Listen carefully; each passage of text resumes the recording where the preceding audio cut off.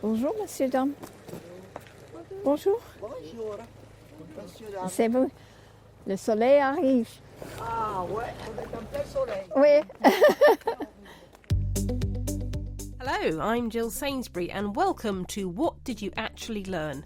A podcast that takes a look at how people find stuff out, whether it's online, in person, from a book or from day-to-day experience. And because there's no one way of learning, we're having conversations with all sorts of fascinating people about how they learn new things and what they do to help others do the same. What Did You Actually Learn is brought to you by Switched On Multimedia, specialist film and content makers for training and education. It's easy to think that I can't do that because that's not what I do. Well, my next guest has never ever thought that way. Her view on everything she does is along the lines of how she can. And it's that's led her to live and work all over the world, including, as you might have guessed by now, right here in France. I've known and thoroughly enjoyed working with Paquita Lamacraft for almost a decade, and her skill set goes way beyond that of someone who has transferable skills. So, Paquita, hello, and great to see you. It's lovely to have you here. Thanks, Jill. Oh, I'm so excited to be here. It's lovely. I just sort of feel like it's such a... I feel slightly surreal. We're walking around this gorgeous little town full of sculptures, and there's some motorbikes, with sidecars going past. We've passed a 2CV, we've passed some kind of little... The 2CV parked beside the wood pile. Exactly, you know, there's France in this one square, and there's some kind of market in the corner. But yeah, tell us a little bit about how we know each other and how we came to work together. Well, it's the power of networking, isn't it? Yeah. And relationships, which are, I suppose, the underpinning of everything that I do. But I remember you describing what you do when we were having coffee with some people in Winchester. And all those years ago. Yeah, all those years ago. It must be over 10 years ago. And I thought, now I must make a note that when I want to do some videos, this is who I need to speak with. And since then, we've done all sorts of projects with clients and with myself for different reasons, and it never ceases to amaze me how flexible you are. Thank you. Including walking around a French town with a podcasting hit with the sidecar and motorbikes just driving off as we go. So tell us a little bit about what brought you to France, because I know you've worked all over the world, but why France in particular? I've always actually had a yearning to live in France for many decades, but life presented other opportunities that I took up, and so I ended up living in many other places. But at this particular point, we decided that the way of life was really appealing, and it was an adventure, and it is a great adventure. I, at the time, didn't think I spoke French. It turned out I did after a couple of glasses of wine. I've heard you speak French. I can confirm, je confirme, and I'm sure that's quite right, isn't it? But I did study it for many years, and I can write it and read it very easily. In fact, I read many things in French. As you know, I live basically in the library. and there's many books in 3 to 4 different languages in that library, but the fastest that I read apart from in English is in French. But I hadn't used it as a spoken language before I got here. I very seldom used it. But it's amazing once you're immersed in the culture. When I moved to Germany in 2007, I didn't speak German. And after 2 years of absolutely heart-rending, hard slog of learning the language, I became quite fluent. And when I came to France, I could think in German, and I was translating from German to French, not from English to French. Now I can't remember my German. So, a bit like my intro, it's a case of you didn't think, well, I can't go to France because I don't speak French, I can't go to Germany because I don't speak German. You were like, well, I want to go there, and it's just going to work. So what goes through your mind? Or maybe you're not even conscious about what it is that goes through your mind to think this is going to work. Well, I'm there because there's an opportunity that's been like a tempting carrot in front of the donkey. I love to do projects that make a difference. and I like to be challenged. People who've seen some of the projects I've taken on say you really do like a challenge, but I have learnt over the years that I have the happy knack of getting people who don't usually work together or work together well to work together happily and productively in a very collaborative manner. And that's when I can do that, I can bring together really diverse groups of people and have them agree on a way forward. And it's been such fun. I've had such interesting projects, and other people have a career. I have a series of very interesting jobs that I've taken on because I didn't think I couldn't do it. How do you describe yourself? A catalyst, okay. I'm a catalyst that creates an environment where change happens relatively seamlessly, as much as seamless as change can ever be. But it happens with the drive of the people who care. Change always happens at the margins. It never happens in the centre. And then as change is successful in the margins, people gravitate towards it and suddenly it becomes the centre. When you say, did it go through your mind? I moved to America. My dad had died, my mother died, my partner died in 14 months. And I did my statutory 2 years where you don't do anything because you're not with the program. And then I thought, I don't belong in Australia, which is where my country of birth. My life is in Europe or above the equator. And sent out an email to all my contacts, and half an hour later somebody called me and said, we didn't think we'd ever get you to come, but we have this fantastic project to reconstruct a very famous old music district in Louisiana. And so I said, I'm going to be in America next month, which I wasn't. Bought a ticket, flew over, stood on the stage and got quite emotional because you could feel the history of the place. And they said, that's it, she's the person we want, because we want somebody who cares that much about the outcome.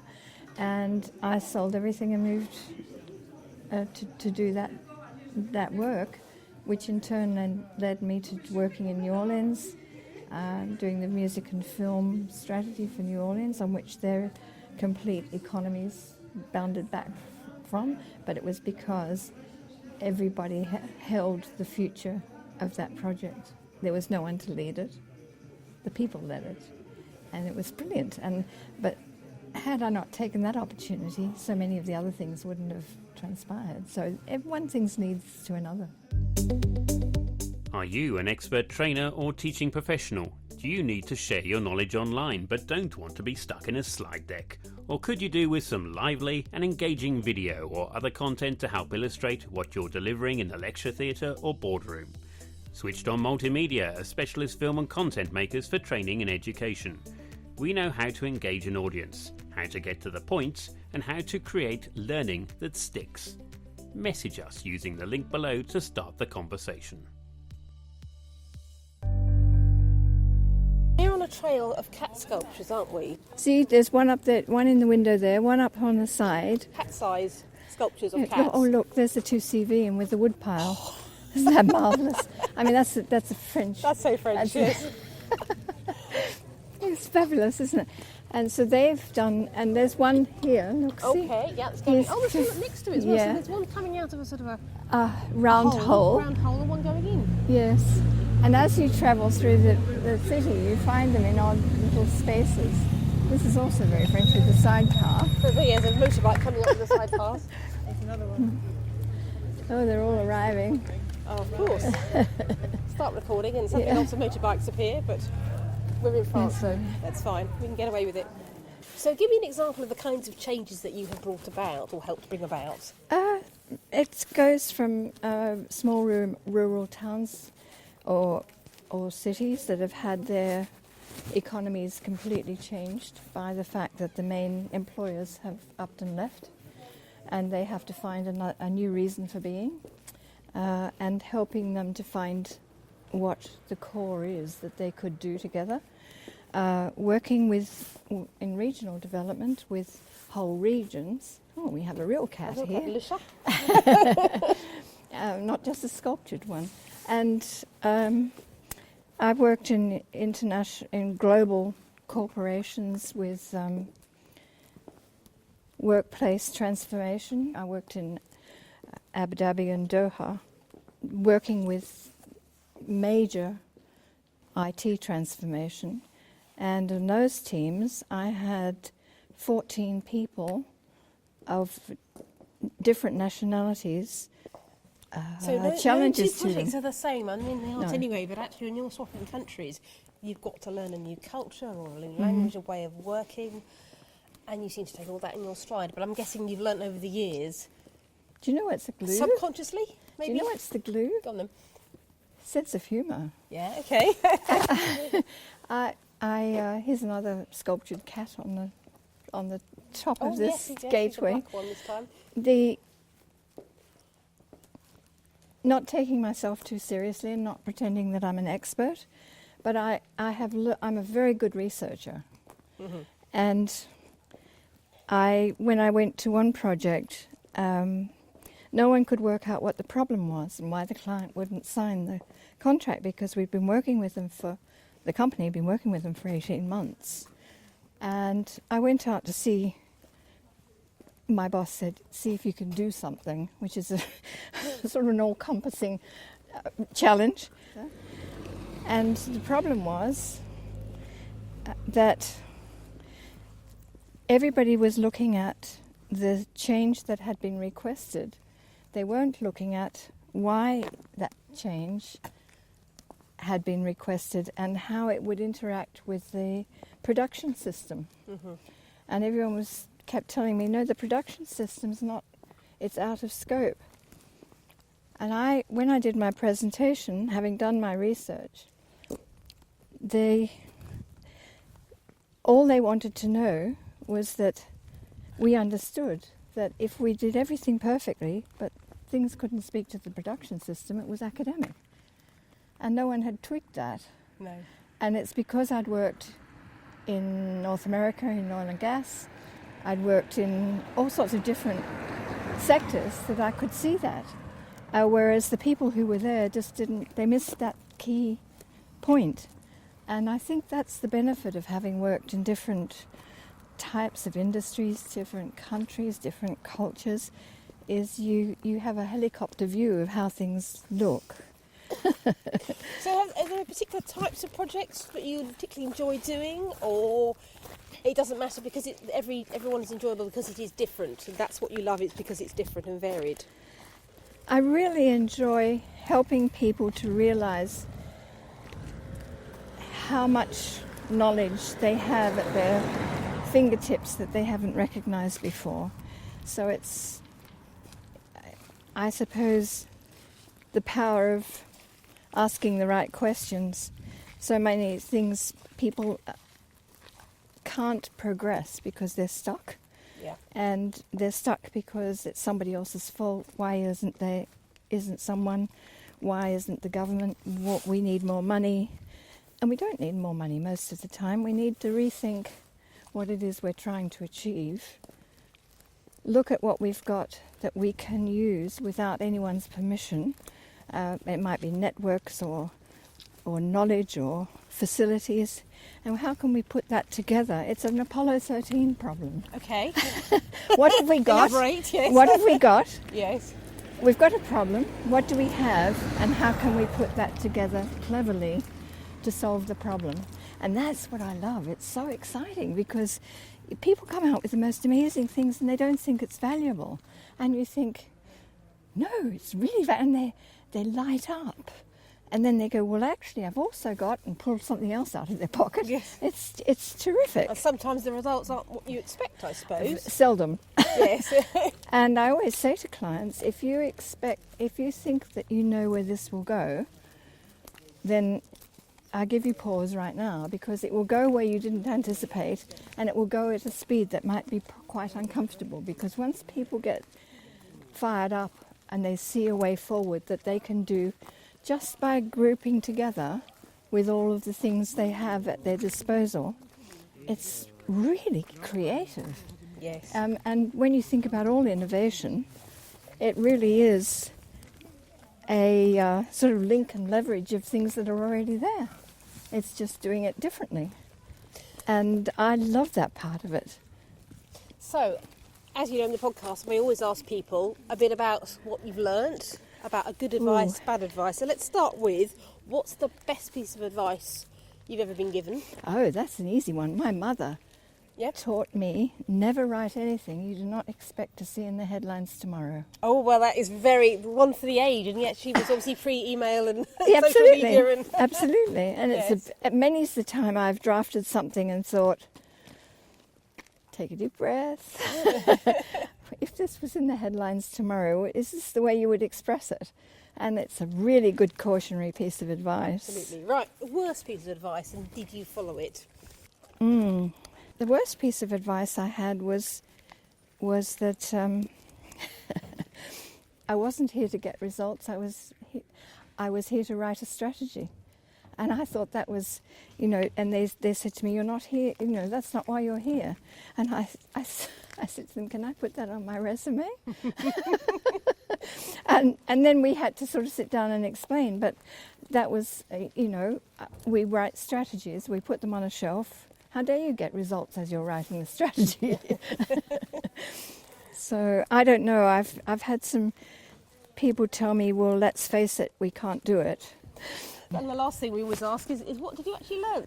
Oh, I learnt so much. The amount of knowledge that people have that they never get to reveal, and and that's the tacit knowledge. We know, I've sat on boards and what have you with people, and years later I've found out they had all this other knowledge that I was paying somebody else to give to a project, and I could have just phoned them up and asked. Perhaps they didn't appreciate their own knowledge, maybe.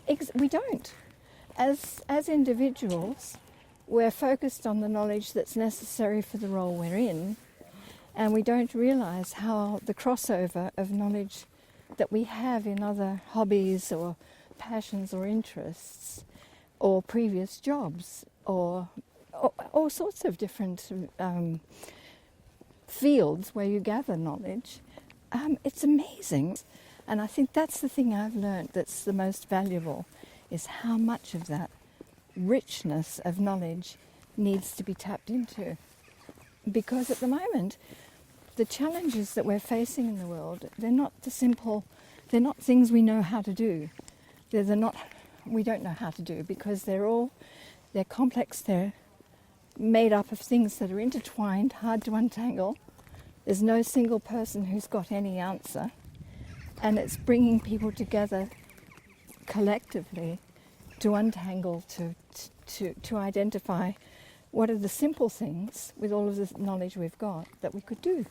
And that's, I think, what I've learnt the most is how powerful that is. Paquita, fascinating as always, absolutely lovely, great advice. Can't wait to get working on our next project together. Likewise, and since we're on the El Camino right here in this ancient village, I think it's a good time to say we're all pilgrims. So let's go and get a coffee. Very good idea. Paquita Lamacraft, globe-trotting project manager, or in her words, a human catalyst to bring people together to work happily and productively. So what have I actually learned? Change always happens at the margins, and as that change proves successful, it moves to the centre. How about a top tip? Take a helicopter view. It's easy to lose perspective if you're too close to the action. And knowledge and experience gained from life away from work is just as valuable to your work. Thanks for listening from the delightful medieval village of La Romieux in southern France, famous for its collection of cat sculptures and a stopping point on the Camino de Santiago. I'll be back very soon with another episode from Blighty. The What Did You Actually Learn podcast was presented by Jill Sainsbury and has been brought to you by Switched On Multimedia, specialist film and content makers for training and education.